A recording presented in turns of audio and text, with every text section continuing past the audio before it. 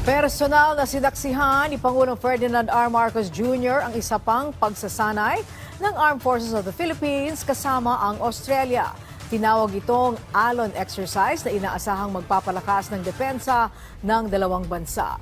Ang sentro ng balita mula kay Bea Bernardo, live.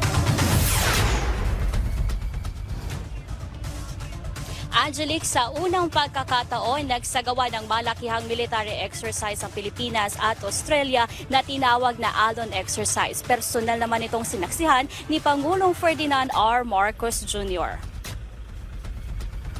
Sa pagpapatuloy ng mga pagsasanay ng Armed Forces of the Philippines kasama ang ating mga kaalyadong bansa, ang Australia naman ang kanilang kasama ngayon. Ang senaryo sa aktibidad na ito, magtutulungan ng Pilipinas at Australia para mabawi ang isang isla na kunwaring nasakop ng isa pang bansa. Ang amphibious landing exercise ang isa sa mga highlights nito, kung saan mula barko ay lulusob ang mga tropa papunta sa lupa. Iba't ibang sea, land at air assets mula sa Pilipinas at Australia ang ginamit sa naturang pagsasanay. Kabilang dito ang His Majesty's Australian Ship Canberra na pinakamalaking barko ng Australia. Nagbigay din ng logistics support ang Estados Unidos at pinagamit ang kanilang Osprey aircraft. Ikinalugod naman ni Pangulong Marcos ang pagsasanay ng dalawang bansa at nais niyang magkaroon pa ng mas maraming military exercise ang Pilipinas at Australia.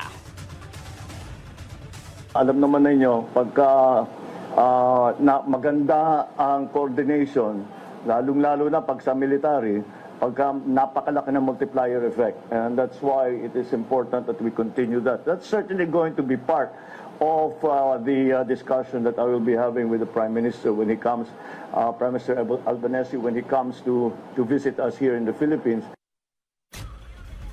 Marami rin ani ang pag-uusapan ng Pilipinas at Australia hinggil sa usapin ng seguridad at defense sa pagbisita ni Australian Prime Minister Anthony Albanese sa bansa sa susunod na buwan, lalo na may mga shared interest ang Pilipinas at Australia. Samantala, sinabi naman ni Defense Secretary Gilberto Teodoro Jr. na hindi pa kailangan ng tulong ng ibang bansa sa pagsasagawa ng resupply mission. Ito'y matapos magkaroon ng mga suwestyon na magsama ang Pilipinas ng kaalyadong bansa sa pagsasagawa ng resupply mission para maiwasan ang pagiging agresibo ng China. Pero giit ni Defense Chief, Philippine matter ang resupply mission kaya kaya natin itong resolbahin. Nilinaw naman ni Teodoro na ang resupply o ang presensya ng US plane noong resupply mission nitong Martes ay hindi coordinated sa Pilipinas. Sa panig naman ng Australia, sinabi nila na ang military exercise kasama ang Pilipinas ay nagpapakita ng mahalaga sa dalawang bansa ang pagtugon sa rules-based order at international law.